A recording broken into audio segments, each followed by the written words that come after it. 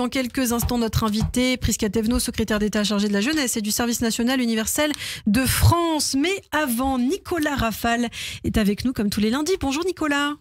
Bonjour Ilana, bonjour Prisca Thévenot, bonjour à toutes et à tous. 16 octobre, 9 jours après l'attaque, autant dire une vie qui s'est déroulée depuis. Les cris, les morts, les angoisses, l'horreur, les polémiques politiques, le dégoût, la honte d'être un homme, l'impossibilité de faire autrement. Vendredi, la mort de cet enseignant, prof de lettres, Dominique Bernard, tué dans l'exercice de ses fonctions, si tant est que ses fonctions de professeur de lettres impliquent de faire barrage à un jeune assaillant radicalisé.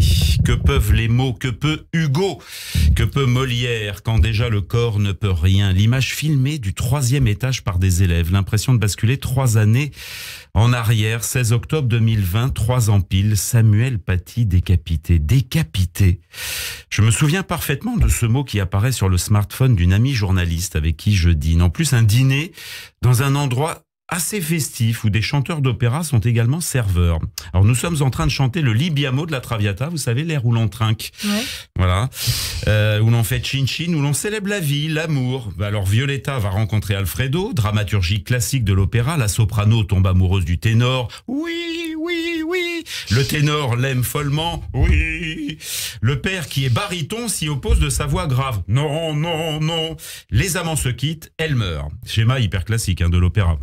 Mon ami prend son téléphone, une alerte info qui tombe et nous avec un professeur décapité dans les Yvelines. C'est pas possible. Décapité. Ce 16 octobre 2020, soirée où pourtant je tente personnellement de venir chanter la vie. Ma mère est entre la vie et la mort. Le 13, j'ai reçu un appel de l'EHPAD où elle réside depuis 8 ans des suites d'une trop longue maladie de la mémoire dont j'ai oublié le nom. Elle aussi, ça tombe bien.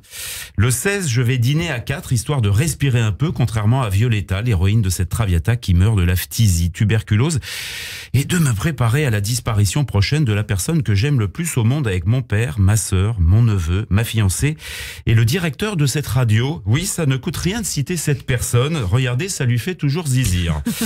Le 20, elle meurt, 83 ans. Respect, petite fille juive née à Paris en 37, ayant dérouté à l'âge de 5 ans en 42 la police, venue chercher une famille juive devant l'immeuble de la rue Désirée dans le 20e arrondissement parisien. Elle figure dans un livre, ma maman, d'Yvan Jablonka pour cet acte d'héroïsme et d'aplomb infantile, a toujours héroïne et juste parmi la nation de mon cœur.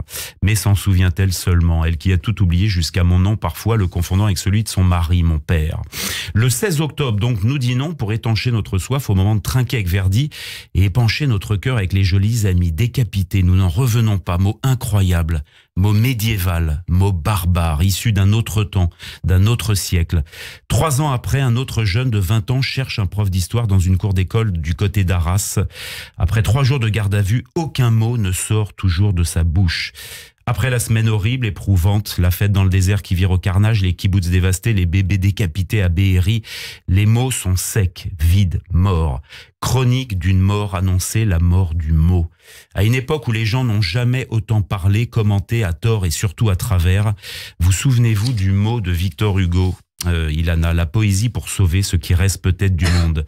Braves gens, prenez garde aux choses que vous dites. Tout peut sortir d'un mot qu'en passant vous perdîtes. Tout, la haine et le deuil. Et ne m'objectez pas que vos amis sont sûrs et que vous parlez bas. Ce mot vous échappe et va tout à travers un dédale de rue, droit chez le citoyen dont vous avez parlé. Il sait le numéro, l'étage. Il a la clé. Il monte l'escalier. Ouvre la porte, passe, entre, arrive. Et railleur, regardant l'homme en face, dit « Me voilà ». Je sors de la bouche d'un tel et c'est fait, vous avez un ennemi mortel. Merci beaucoup Nicolas Rafal pour ce billet très émouvant. Merci Nicolas d'avoir été avec nous. On vous retrouve lundi prochain sur Radio J. Merci beaucoup. Merci. Radio J, le 6-9.